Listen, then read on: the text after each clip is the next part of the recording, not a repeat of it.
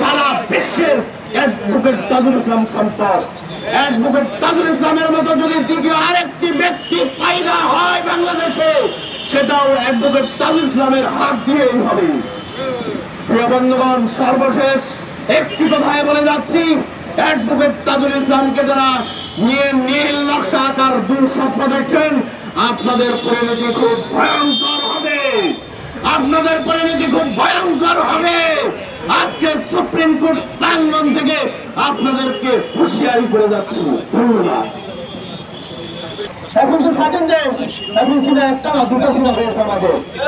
পিঠের চামড়া থাকবে না, স্টেট বড় কথা, পিঠের চামড়া রাখবো না ইনশাল্লাহ। আমরা এই পর্যায়ে বক্তব্য রাখবে সাকিব হোসেন।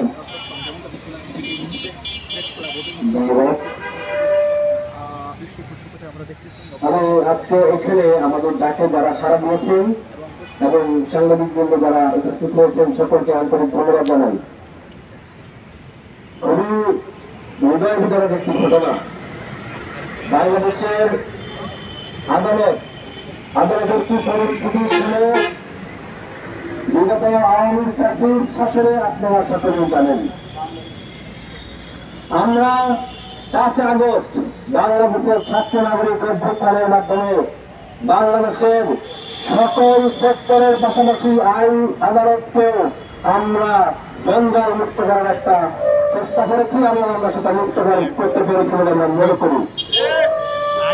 বাংলাদেশের ছাত্র জনতার ম্যান্ডেট নেওয়া আদালতে দাঁড়িয়ে বাংলাদেশের ছাত্র নাগরিকদের বুকে গুলি চালানো গণহত্যাকারীদের বিচারের জন্য গঠিত আন্তর্জাতিক অপরাধ ট্রাইব্যুনালের চিফ প্রসিকিউটর অ্যাডভোকেট তাজুল ইসলামের বিরুদ্ধে যে ধরনের অ্যালিগেশন দেওয়া হয়েছে, সেই অ্যালিগেশনের সত্যতা প্রমাণ করতে না পারলে ডাকসুর সাবেক ভিপি নুরুল হক নূরকে এই আদালতের বারান্দায় আবার আসতে হবে।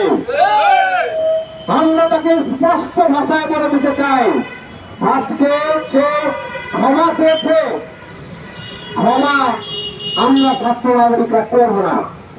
এটা অ্যাডভোকেট তাজুল ইসলামের একমাত্র বিষয় নয়, এটি বাংলাদেশের ছাত্র নাগরিকের ম্যান্ডেট নেওয়া যে আদালত আন্তর্জাতিক অপরাধ ট্রাইব্যুনাল, যেখানে গণহত্যাকারীদের বিচার হবে, সেই গণহত্যাকারীদের বিচারের যে জায়গা, সেই জায়গাটি থেকে কলঙ্কিত করার জন্য, সেই জায়গাটিকে প্রস্তাবিত করার জন্য তারা এই কাজটি করেছে বলে আমার মনে করি।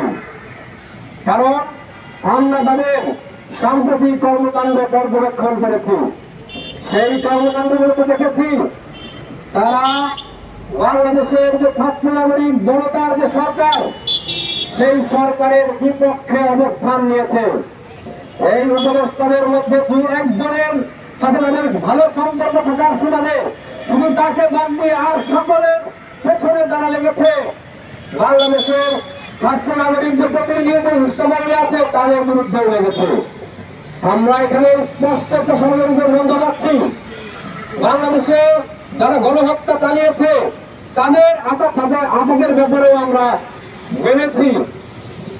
তো এই গণহত্যাকে প্রশ্নবিদ্ধ করার জন্য এই যে আন্তর্জাতিক অপরাধ ট্রাইব্যুনাল গঠিত হয়েছে, সেই আন্তর্জাতিক অপরাধ ট্রাইব্যুনালকে প্রশ্নবিদ্ধ করার জন্য গতকাল হাইকোর্ট চত্বরে কিছু বটতলার উকিল নিয়ে, যাদেরকে নুরুল হক নূর তার নিজস্ব ক্ষমতা বলে, আইন মন্ত্রণালয়ের ক্ষমতা বলে বিভিন্ন জায়গায় এবং সুপ্রিম কোর্টের বিভিন্ন কোর্টে সহকারী অ্যাটর্নি জেনারেল, পাবলিক প্রসিকিউটর এরকম দায়িত্ব দিয়েছে।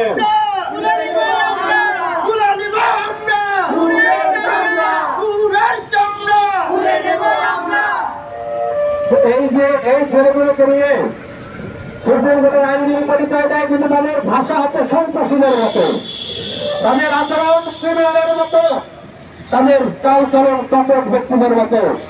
এই কপট ব্যক্তিদেরকে হাইকোর্ট থেকে হাইকোর্টে অবাঞ্ছিত ঘোষণা করতে হবে।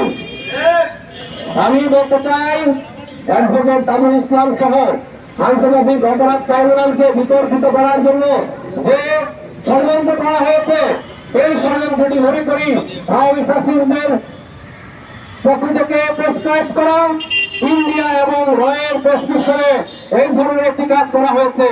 আন্তর্জাতিক অপরাধ ট্রাইব্যুনালকে বিতর্কিত করতে পারলে, এখান থেকে দারুল ইসলামকে সরিয়ে দিতে পারলে, তাদের মতো করে একটা লোক বসিয়ে যেন একটা বিচার করে বাংলাদেশে সেই গণহত্যাকারীদেরকে বাঁচিয়ে দেওয়ার একটা প্রচেষ্টা, এটাই আমি মনে করি।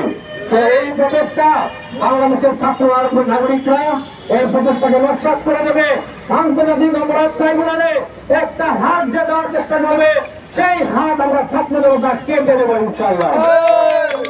আমি সর্বশেষে যেটা বলতে চাই, নুরুল হক নুরের সাম্প্রতিক কর্মকাণ্ড, জুলাই গণঅভ্যুত্থানে যারা নিহত হয়েছে, যারা আহত হয়েছে, যারা এই গণঅভ্যুত্থানকে নেতৃত্ব দিয়েছে, তাদের যে চেতনা, তাদের যে স্পিড, সেই স্পিডের বিপরীতে অবস্থান করছে তার রাজনৈতিক কর্মকাণ্ড। আমি তাকে ঘিরে একটি স্লোগান তৈরি করেছি, শেখ মুজিব হাসিনার পরে গুরু, হাসিনানি স্বৈরশাসনের নতুন শুরু।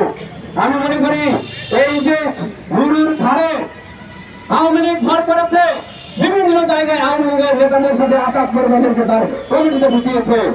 গুরুর ঘাড়ে ফ্যাসিস্টরা ভর করেছে, ইন্ডিয়া ভর করেছে। তার ব্যাপারে বাংলাদেশের মানুষকে সচেতন করার জন্য, তার ব্যাপারে বাংলাদেশের নাগরিকদেরকে তার ব্যাপারে চোখ রাখার জন্য আজকে আমাদের এই সমাবেশের নাম দেওয়া হয়েছে নভেম্বর সতর্কতা সমাবেশ। নুরুল হক নুর সহ আন্তর্জাতিক অপরাধ ট্রাইব্যুনাল এবং গণহত্যাকারীদের বিচারকে যারা বাধাগ্রস্ত করতে চায়, তাদের সকলের ব্যাপারে সতর্কতা দেওয়ার জন্য আজকে আমাদের এই সমাবেশ, যেদিন নাম দিয়েছে আমরা নভেম্বর সতর্কতা সমাবেশ। আমি বেশি কিছু আর বলবো না, আমরা স্পষ্ট একটা কথা জানিয়ে দিতে চাই, আন্তর্জাতিক অপরাধ ট্রাইব্যুনালে গতকালকে যে বর্বরচিত যে কুরুচিপূর্ণ স্লোগান